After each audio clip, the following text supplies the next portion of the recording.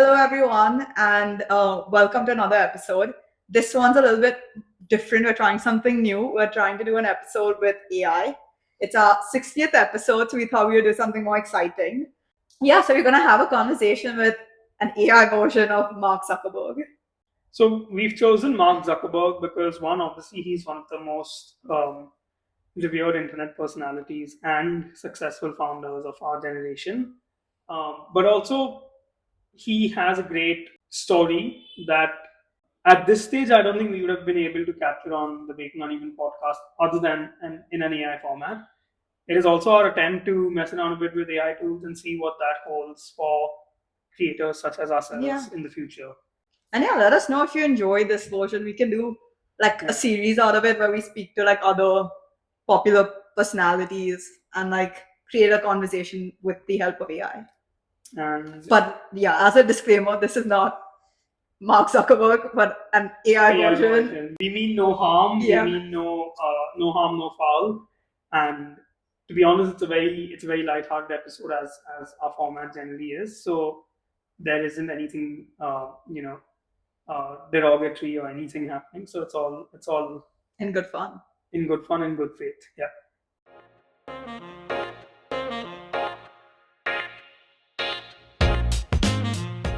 Hello, everyone. Welcome to the Breaking Uneven podcast. We love to talk shop, uncover the beauty of failures, and play a few games. Today, we have a really special guest who's none other than Mark Zuckerberg, the founder and CEO of Meta. How are you doing today, Mark? I'm doing good. Thanks for having me on the Breaking Uneven podcast. Excited to chat today. Great. So, Mark attended Harvard University while he launched Facebook from his dorm room in 2004. He dropped out of Harvard to focus on expanding Facebook, which quickly grew into the world's largest social media platform. Mark has since become one of the most influential figures in technology, serving as the CEO of Meta, formerly known as Facebook, overseeing its evolution and expansion into new frontiers like the Metaverse. And since that's what has brought us here today, let's get into a quick little game.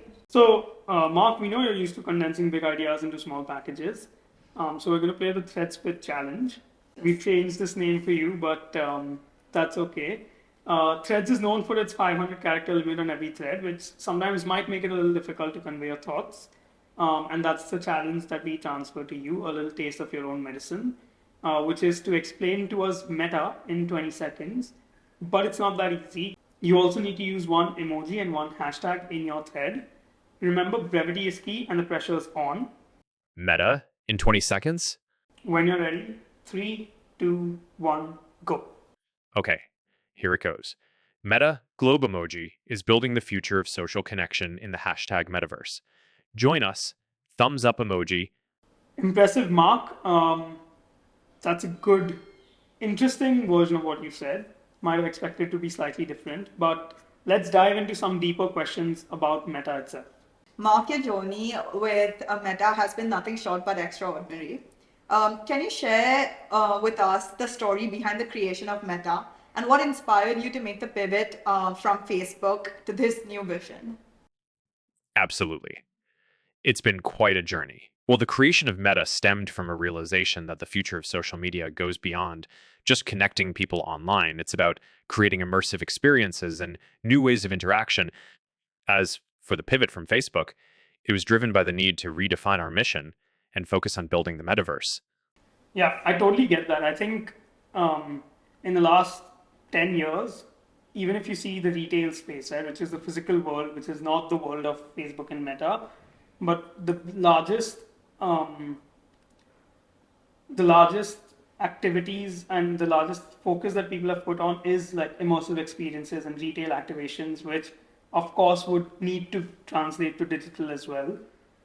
And so it makes sense of like your focus on the metaverse makes sense. But of course, I'm sure it comes with a lot of challenges as well. And what do you think would be a challenge for Meta in the realm of social media and technology? Because today there's within the Meta brand quite a few brands. So you've got Instagram, you've got WhatsApp, you've got Facebook, each appealing to different audiences with different media, with different purposes. And then you've got things outside your ecosystem like Snapchat, like YouTube, etc. And so how would you how do you address these challenges, and what is one of the biggest challenges that you would be facing? One of the biggest challenges Meta is facing in the realm of social media, and technology is ensuring the responsible and ethical use of our platforms. With the increasing integration of technology into people's lives, issues such as privacy, misinformation, and online safety have become more prominent. At Meta, we're tackling these challenges through a combination of technological innovation, collaboration with experts and stakeholders, and robust community standards. We're investing heavily in artificial intelligence and machine learning to detect and mitigate harmful content, enhancing user privacy controls, and working with governments and organizations worldwide to address regulatory concerns. Additionally, we're actively engaging with researchers, civil society groups, and industry partners to foster dialogue and develop solutions that promote a safer and more inclusive online environment for everyone. Well said, Mark. I think, like you said, ethics in the social media industry is a little tricky, and I think a lot of people are still trying to navigate that. The world and laws are growing with how social media is growing, so it is tricky to navigate it. But seeing that that is on your priority list is good to know. But now let's shift gears and talk about the metaverse. There's been a lot of discussion about it lately. How does Meta envision the future of the metaverse, and what role do you see your company playing in its development? The metaverse represents an exciting vision for the future of digital interaction and connectivity. At Meta, we envision the metaverse as a shared virtual space where people can come together, socialize, work, play, and create transcending the limitations of physical distance and boundaries. We're deeply committed to building the foundational technologies and platforms that will enable the metaverse to thrive.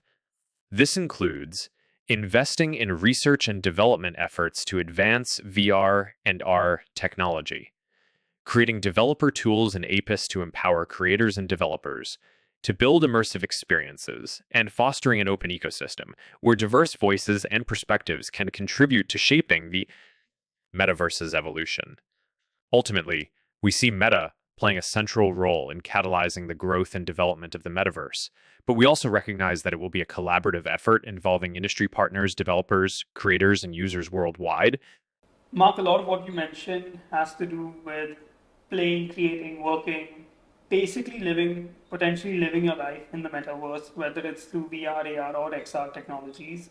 But you need an ecosystem to make that happen. Apple has just entered the space as well, and Apple has an ecosystem, right? There's a lot of, for example, what I do across all my Apple devices that includes working, playing, creating, etc.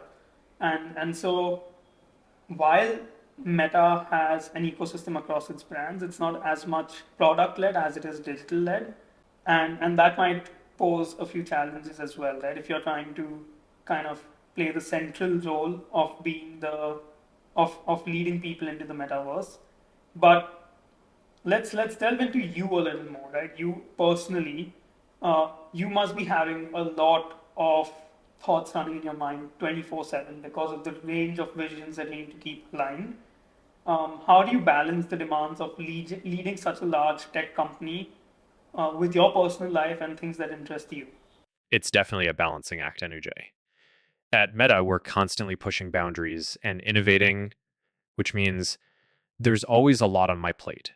However, I've learned the importance of prioritizing and setting boundaries to ensure that I have time for both my work and personal life. That's interesting. Like, it's great to see that you are putting some level of priority on your personal life, and it's kind of difficult to do so when you are at the scale where you are because your decision making impacts a lot more people. So, could you give us some insight into how you actually manage uh, and how do you maintain that balance? Sure, Janvi. One thing that helps me is having a clear set of priorities and goals, both professionally and personally. I try to allocate time for activities that I enjoy outside of work, whether it's spending time with family and friends, pursuing hobbies, or simply taking breaks to recharge. Additionally, I rely on a strong support system, including my family, friends, and colleagues, who help me stay grounded and focused on what truly matters. So you speak of strong support system, which includes your family, friends, colleagues, etc. But you use that to stay focused on what truly matters. And based on what we've seen of you before on the internet, the interviews that you've done, a lot of what you focus on is not Meta's profitability numbers, not Meta's employee count or anything of that sort. You're always thinking about the long term vision of what Meta needs to be in the future. Whether that's even 5 years ago, whatever you mentioned, whether you've reached that today or not, doesn't matter. It's always about the next step for Meta. So as of today, if you had to define it today, what is your long term vision for Meta? Our long term vision is to create a more connected, immersive, and inclusive world through technology. We believe that social media and digital communication have the power to bring people closer together, foster meaningful connections, and drive positive social change. That's what motivates us every day at Meta. That's really exciting, Mark, and I'm invested to see how this unfolds in the next few years. But before we wrap the segment, what advice would you give to an aspiring entrepreneur and leaders in the tech industry? My advice would be to focus on solving real world problems. Embrace failure as part of the learning process and surround yourself with a strong team who shares your vision and values. Building a successful company is a team effort, and having the right people by your side can make all the difference in achieving your goals and navigating the challenges along the way. It's about finding individuals who complement your skills and share your passion for making a positive impact in the world. All right. So now that we've delved into your journey a little more, let's come back. Let's have a bit of fun. Let's play a few games. So the first one we're going to jump back into is called Two Truths, One Lie. The idea here is you give us three statements from your journey, two of which are true and one is false. It can be challenges, achievements. It can be about you. It can be about a time at Meta. But we're going to try and guess which one is the lie. All right, two truths and a lie. Here we go. 1. Meta's campus features a rooftop garden where employees can relax and enjoy organic produce grown on site. 2. Meta once experimented with a cryptocurrency called Facecoin to facilitate transactions on our platforms. And 3. My favorite hobby is hiking, and I often take trips to explore nature trails. All right, those are very interesting statements. I mean, I like the fact that you've done two about the company and one about you. It's going to make our job a little tougher. But, Jami, what do you think? The rooftop garden sounds plausible given Meta's focus on sustainability, and experimenting with the cryptocurrency also aligns with Meta's innovative approach. So, but Mark, being like an avid hiker, I don't know. I haven't heard much about it. Seems maybe a little unexpected. Yeah, I think I agree. You don't strike me as someone who spends much time hiking in nature, especially since you're trying to build a virtual world. So let's go with number 3. I think Mark Okay. would probably do a lot of hiking in the metaverse, maybe. Actually, you got it wrong. Hiking is indeed one of my favorite hobbies, and I enjoy exploring nature trails whenever I can. The lie was actually about the cryptocurrency experiment. Oh, that's insane. I would not have guessed that you're an avid hiker, but it's great to know that because the point of this game is to learn more about you and things that might not necessarily come out of generic interviews online. Okay, so now let's move on to our next game. It's called Red Flags. We're going to give you 3 situations consisting of 2 statements that are good and 1 not so good, which is the red flag. We've adapted these situations for you and Meta, and you have to assume these situations to be true, and then you have to choose which situation you would rather be in, and then tell us why. All right, I'm game. Let's hear those situations. So, situation 1, Meta launches a groundbreaking new VR social platform, revolutionizing online communication. The company achieves record-breaking user engagement and positive feedback for its latest VR headset. However, Meta faces a significant backlash over concerns regarding data privacy and security within its VR environments, leading to regulatory scrutiny and public distrust. Situation 2, Meta unveils a highly anticipated Metaverse project, garnering widespread excitement and media attention. The company successfully acquires several innovative tech startups, bolstering its Metaverse development efforts. Despite these successes, Meta encounters challenges in effectively monetizing its metaverse platform, leading to investor skepticism and financial pressure. Situation 3, Meta's advertising revenue reaches an all time high, driven by targeted advertising capabilities and improved ad performance metrics. The company introduces new features to enhance user experience and combat misinformation on its social media platforms. However, Meta faces criticism and legal challenges over allegations of anti competitive behavior and monopolistic practices in the digital advertising market, tarnishing its reputation and inviting regulatory intervention. Tough choices here, but I'd go with situation 2. While challenges in monetizing the metaverse are significant, the potential for growth and innovation outweighs the immediate hurdles. That's interesting. A lot of our guests choose to, kind of see the trade-off between the challenge and the benefits. And if it's sometimes it's a challenge they've dealt with before, or something they feel like if those benefits exist, then the challenge can be managed. Which of course is the case for you. So interesting. But let's go to our next segment, the final segment, which is called Rapid Fire, just to get to know you a bit better.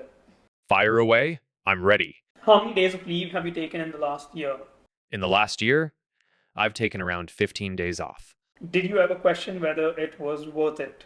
Absolutely, there have been moments of doubt, but the mission keeps me going. What is the weirdest place from where you have worked? The weirdest place I've worked from, probably a coding session in my backyard. Interesting. What is your proudest moment with Meta? Probably launching Horizon Worlds and seeing people explore the metaverse. Cool. What was the one time you felt like you let Meta down? Probably during some early missteps in handling user data. Interesting. What is the scrappiest thing you've done to build your business? Well, back in the early days of Facebook, I remember coding through the night, crashing on friends' couches, and even convincing a group of engineers to join me by promising them free food. Yes, I think all of us know that story. Which hobby of yours did your work kill? I used to really enjoy spending time on personal coding projects, just tinkering with different ideas and building things for fun. But as Facebook grew into Meta and my responsibilities expanded, I found myself with less and less time for those kinds of side projects. Yeah, I think a lot of entrepreneurs lose out on doing things just for fun because it's time you can give to your mission and your vision. But if you could go back in time, what would you tell your younger self when starting Meta? I would tell my younger self to embrace failure and learn from it. Throughout the journey of building Meta, there have been countless setbacks and obstacles. I would advise myself to see each failure as an opportunity for growth and innovation, rather than a roadblock. By staying resilient and adaptable, we can turn challenges into opportunities and continue pushing the boundaries of what's possible. Okay. Do you prefer books or podcasts? Books over podcasts for sure, iPad or notebook? iPad for work, notebook for doodling. Okay. Are you a morning person or a night owl? I'm definitely more of a night owl. And what's your favorite social media? Gotta stay loyal to Meta's platforms. All right, and that concludes the rapid fire segment, bringing us to the end of our conversation. Thank you so much, Mark, for joining us today and sharing your insights with our audience. Thanks for the great conversation, folks. Love the podcast. Okay, so now a little behind the scenes of how we actually got this episode. I think for starters, we had to decide who we wanted to do this episode Yep. with, and there was quite a lot of discussion between us. I think the idea is that not every personality on the internet is comfortable with their online personality being used in combination with AI to produce content, and so we needed to find someone who would be neutral on the subject. Yeah. Which of course Mark Zuckerberg, given he's one of the foremost drivers of AI, would be fine with it. Hopefully, Fingers crossed. fingers crossed. So when we did decide who we wanted, and that was Mark on our AI episode, we decided to stick with our original format. So we play a lot of games throughout our usual episodes, and we wanted that to be integrated into this episode as well. So it was literally like if Mark were on a Breaking Uneven episode. We went on ChatGPT, and ChatGPT was essentially how we scripted the entire episode that you just heard. We put in what our current format was and asked it to adapt it for Mark. We tried different questions, went back and forth. So there was still a lot of manual back and forth that you had to do, but all the answers eventually came from ChatGPT. And then we adapted it to make it our tone and things like that for our point of view. So yeah, then we stitched together that entire script we saw which questions were interesting, Like I had to do a couple of times for like two truths and a lie to find something that actually like made sense. Even red flags, like to come up with like interesting ones. And then like there were prompts into ChatGPT being like, if this was the situation given to Mark, how would he react? What would he answer? Pretend like you're Mark Zuckerberg and answer this question from his experiences with everything that is in the public knowledge and things like that. So using prompts like that, we've come up with the entire script. So yeah, we did a recording of us in our studio, of course, which we then stitched together. So we've got Mark Zuckerberg, and of course, there's enough images of him online, which you can use AI tools to kind of slightly animate. Creates the voice with a few samples, and that's where Mark's voice came from. And finally, stitches the voice and the image into a video with which is of course a motion video, and that's what gave us Mark's final video, which with a bit of creative editing has given this final output. So nothing too complicated at all, to be honest. Just exploring the possibilities. And the format we pretended, and that's why we've looked into the camera quite a bit in this episode, is to show that it was like a video call with Mark, because he's obviously not in our studio. So that's like the vibe we were trying to create, and I guess the thought behind every step. So yeah, if you enjoyed it and if you want us to do this with another personality, let us know.